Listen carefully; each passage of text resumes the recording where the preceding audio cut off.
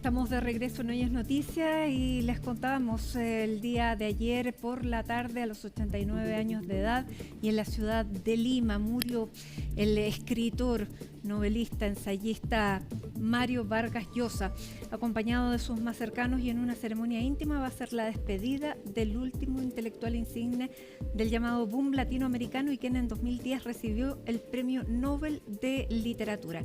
Vamos a conversar sobre su figura, su legado, y tomamos contacto con Carlos Franz, escritor, ensayista chileno y además reconocido por su profunda conexión con el escritor peruano. De hecho, su novela Si te vieras con mis ojos ganó precisamente el premio Vargas Llosa el año 2016. Carlos Franz, muchísimas gracias por contactarnos con nosotros en este día en que queremos destacar, recordar la figura de este tremendo escritor que ha partido. ¿Cómo está? Buenas tardes. Muy buenas tardes, gracias por invitarme. Bueno, primero, Carlos, quisiera que usted nos contara cuál fue y cómo fue esa cercanía con Mario Vargas Llosa, porque no solamente gana un galardón con el nombre de él, sino que también había una conexión intelectual. Sí, bueno, a ver, lo primero es, yo nunca fui amigo personal de Mario Vargas Llosa y ni siquiera creo que estuviera entre los círculos más cercanos, ¿no? Había una enorme diferencia, no solo de prestigio, de obra, que es lo más importante, sino de años también, ¿no? Eh, Así todo, tuve el privilegio de conversar con él en varias oportunidades. Y el mayor privilegio aún de que leyera mi obra y que comentara, elogiara en sus artículos algunas de mis novelas, un par de mis novelas. Ese ha sido mi vínculo, ¿no? Y por eso mismo también quedé más reconocido todavía por sus palabras, por sus críticas Ujú. favorables a mi obra. Carlos, ¿qué elementos hacen que la figura de Mario Vargas Llosa sea irreemplazable? Bueno, fue muy singular Mario Vargas Llosa. Es una, como dice un verso español ya clásico, una viva moneda que jamás se volverá a repetir. La combinación de talento, disciplina, pasión que había en Vargas Llosa es algo raro. Hay artistas, muchos artistas, y no solo en las disciplinas literarias, que tienen inteligencia. Hay otros que trabajan mucho y muy duro, y hay otros que tienen pasión por lo que hacen, pero es raro encontrar a alguien que tenga todas esas Mm. cosas juntas. Y cuando uno además piensa que su extraordinaria creatividad literaria iba unida a un interés público por las cosas públicas, por la política, digámoslo en una palabra, se encuentra con una figura que es realmente muy rara de encontrar y que vamos a echar mucho de menos, me parece a mí. Sin duda, y además, claro, que mezclaba tantos géneros, porque no solamente es novelista, sino que ensayista, guionista, y siempre con un estilo muy propio de una crudeza en el lenguaje. No le tenía miedo a las palabras de ninguna manera. ¿Qué pudiéramos decir de la obra literaria propiamente tal, Carlos? Bueno, yo creo que es una obra muy vasta, muy extensa, más de 50 libros, de los cuales habrá, ya no sé la cifra, unas 30 o 20 y tantas novelas. Eh, Entre ellas hay, por cierto, novelas desiguales, pero hay 6 o 7, diría yo. Otros dicen 5. Bueno, yo creo que son unas 6 o 7 de sus novelas que son extraordinarias, que están en el canon de la literatura en español y seguirán estándolo, ¿no? A partir, además, y esto es lo extraordinario, porque él fue una especie de niño o de joven prodigio, a partir de su primera novela, de La ciudad y los perros, se vio la extraordinaria madurez y capacidad narrativa de Vargas Llosa, y en ese libro ya se ven sus grandes temas, ¿no? La lucha del individuo, de la persona, por hacerse un espacio autónomo en una sociedad represiva. El escenario, recordemos lo de esa novela, es una escuela militar en Lima. Eh, y, y si uno pudiera reducir ese tema a un solo aspecto, a esa novela, a un solo aspecto, ese sería el central. ¿Cómo luchan algunos de los jóvenes que están en esa escuela por conservar su autonomía, por preservar una personalidad propia en un sistema que hace todo para lo posible para uniformarlos? Y en ese sentido, claro, ese ideal de libertad, porque Mario Vargas Llosa era un liberal, se plasmó bueno, a través de toda su obra. Te quería preguntar, porque él transitó también de pensamiento político desde ser un ferviente admirador de la dictadura en Cuba, pasó a ser un socialdemócrata, un liberal, y un liberal ya casi con más cercano al liberal libertario. ¿Eso traspasaba su obra? No, yo diría que eso proviene de la pasión de Vargas Llosa. Era un hombre apasionado en varios terrenos de su vida, no solo en la literatura y en la política, también lo fue en el amor, por ejemplo. Y esa pasión lo llevaba a profundos compromisos y revisiones de de sus ideas. La primera posición que él tuvo fue efectivamente de ser un hombre muy de izquierda. Fue incluso brevemente del Partido Comunista Peruano cuando estaba en la Universidad de San Marcos. Y luego, bueno, fue partidario de la Revolución Cubana, pero cuando él vio con sus propios ojos, y ya muy al comienzo, o todavía al comienzo, a fines de los años 60, la revolución llevaba unos 10 años, cuando él vio los abusos que se empezaban a verificar ahí y cómo se ahogaba la libertad de expresión, él tuvo la valentía, fue uno de los primeros y muy escasos en ese momento, tuvo la valentía de protestar y de hacer un cambio en sus ideas que lo dejó solo durante mucho tiempo. Y hay quienes no se lo perdonan desde luego hasta el día de hoy. Sí, bueno, también lo conocimos acá, sus ideas políticas las defendía aún si cayeran o no bien. Recuerdo ahí un intercambio que tuvo con em, Alex Kaiser cuando hablaba de que si había dictaduras menos malas que otras, y él señalaba abiertamente, eso no te lo acepto, sino que todas las dictaduras son malas, de izquierda, de derecha, del signo político que sean.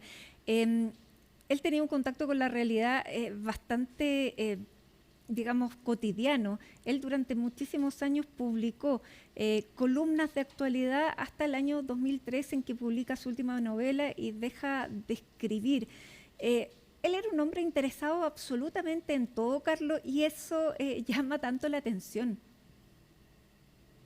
Sí, era un hombre de una enorme curiosidad, no solo intelectual, como se suele decir, sino una curiosidad humana, una curiosidad que abarcaba los sentimientos también. Le producía infinita curiosidad la, el espectáculo humano, con todas sus contradicciones, con toda su mezcla eh, de dolor, de búsqueda de la felicidad, nuestras ambiciones por ser racionales y la manera en que fracasamos de manera tan recurrente, ¿no? Y eso se ve de un modo dramático en la política latinoamericana. Entonces, claro, me parece a mí evidente que ese fuera un gran tema de fondo para algunas de sus mejores novelas, ¿no? Ujú. Carlos, ¿cuáles dirías tú que son las novelas fundamentales de Mario Vargas Llosa? Porque tuvo un desarrollo que claramente no todos los autores tienen el mismo nivel en todas las obras. ¿Cómo dirías tú que fue esa trayectoria y con qué obras te quedas? Yo me quedo con ese puñado de obras del comienzo, hasta, digamos, de las dos primeras décadas, en donde tenemos la que ya mencioné, La ciudad de los perros, luego La Casa Verde, Conversación en la Catedral, que algunos creen que es su mejor novela, la más ambiciosa. Pero luego hay novelas de un momento posterior, novelas que son miradas como divertimentos, porque son novelas cómicas, como Pantaleón y las visitadoras, por Ujú. ejemplo, porque es una novela espléndida. Eh, Solamente una cierta tontería grave nuestra, que quiere que los escritores sean hombres muy serios y muy siempre graves, ha mirado en menos tal vez una novela tan espléndida como es esa. Es divertida, irónica, erótica también. Eh, Luego, los experimentos que hizo a partir de la novela autobiográfica, hoy día tan de moda como novela o como literatura del yo, estoy pensando en La tía Julia y el escribidor, que es Ujú. una novela en que noveliza su propia Relación. experiencia reciente, por lo demás muy dolorosa, de su primer matrimonio y el quiebre. También es una novela notable y que no ha envejecido para nada. Se puede leer con mucho placer y lo he hecho recientemente. Bueno, y además tenía una, una investigación histórica que es notable. Uno puede recorrer la historia de América Latina, grandes periodos, no solamente de Perú, sino que de Brasil, de República Dominicana en la fiesta del tío. Él hacía una investigación histórica muy minuciosa. Sí, sí, era muy minucioso, era un erudito, o sea, tenía las habilidades de un erudito. No confundamos, no era un erudito porque tuviera mucho conocimiento que adquirió alguna vez. No, para sus novelas y para todos sus proyectos literarios se informaba, investigaba muy bien. Me dicen algunos amigos peruanos que eso vendría, esa habilidad suya le vendría de haber trabajado durante algún tiempo muy joven con uno de los más grandes historiadores peruanos, Raúl Porras Barrenechea. Es posible, en todo caso, es una más de las facetas que hace que Vargas Llosa sea irreemplazable, ¿no? Tenemos a este hombre tan creativo, tan imaginativo y que al mismo tiempo es un ratón de biblioteca. Es capaz de encerrarse, y yo lo vi en alguna ocasión en Berlín, en el Instituto Latinoamericano, Iberoamericano de Berlín. Se pasaba los días ahí él en la biblioteca escribiendo algo e investigando un tema con el que estaba fascinado. Sí, Bueno, y, eh, y cine, claro, y cine, o sea, con un lenguaje muy directo, con palabras muchas veces rudas, y cine el barroco de otros autores. Por lo tanto, es muy fácil leerlo porque se va muy, muy rápido también. Ahí no abundan los calificativos, sino que es descripción en torno a esa. Y yo diría que la eso dificultad, lo perdona que te, diferencia del boom latinoamericano con otros autores del boom. La diferencia de él con una de las caras del boom latinoamericano, que fue muy polifacético y diferente entre sí los autores, la diferencia de él es que lo barroco, entre comillas, estaba en las formas, las estructuras de sus novelas, ¿no? Estructuras de las primeras novelas, arquitecturas complejas, que a veces se hacen difíciles de seguir. Y hoy día yo no sé qué pasaría si un autor joven, como lo era él entonces, se presentara en una editorial con una novela en la cual se mezclan los puntos de vista, se traslapan las voces, como ocurre en Conversación en la Catedral y todavía más en la Casa Verde. Es posible que ni siquiera lo dejaran pasar de la puerta, ¿no? Claro. Como decía un amigo mío esta mañana a propósito, un amigo escritor a propósito de Vargas Llosa era de esos novelistas que llegan a ser famosos. Hoy día parece que se necesitara ser famoso para ser novelista. Precisamente porque las editoriales no dejan pasar. O sea, digamos, la industria editorial hoy día no permitiría el surgimiento de un Vargas Llosa, que es terrible, ¿no? No, no, no sería, no soy partidario de una teoría conspirativa No. de la industria editorial. Yo creo que el tema es más grave porque parte de nosotros. Ha decaído no solo los hábitos de lectura, sino la capacidad de lectura peligrosamente. Ujú. Eh, esto es algo verificado, hay estudios que lo demuestran. Entonces, claro, es muy difícil, os parece difícil que una editorial se atreva a publicar un libro que opone dificultades de ese tamaño a los lectores, cuando los lectores hoy día apenas son capaces de leer un poco más que un tuit. Así es, lamentable. Bueno, pero esta relevancia que estamos tratando de dar, más que tratando de dar, con la que queremos homenajear a esta tremenda figura, puede servir de incentivo para las generaciones y que se vayan también interesando en estas obras. Por eso te preguntaba cuáles son los títulos principales, imperdibles de Mario Vargas Llosa. Carlos Franz, muchísimas gracias por este tiempo, este contacto con quien fue además un testigo privilegiado de este autor latinoamericano que nos ha dejado el día de ayer. Muchas gracias. Muchas gracias a ustedes por esta ocasión de recordar a Mario en este día triste. Sin duda que sí. Muchísimas gracias.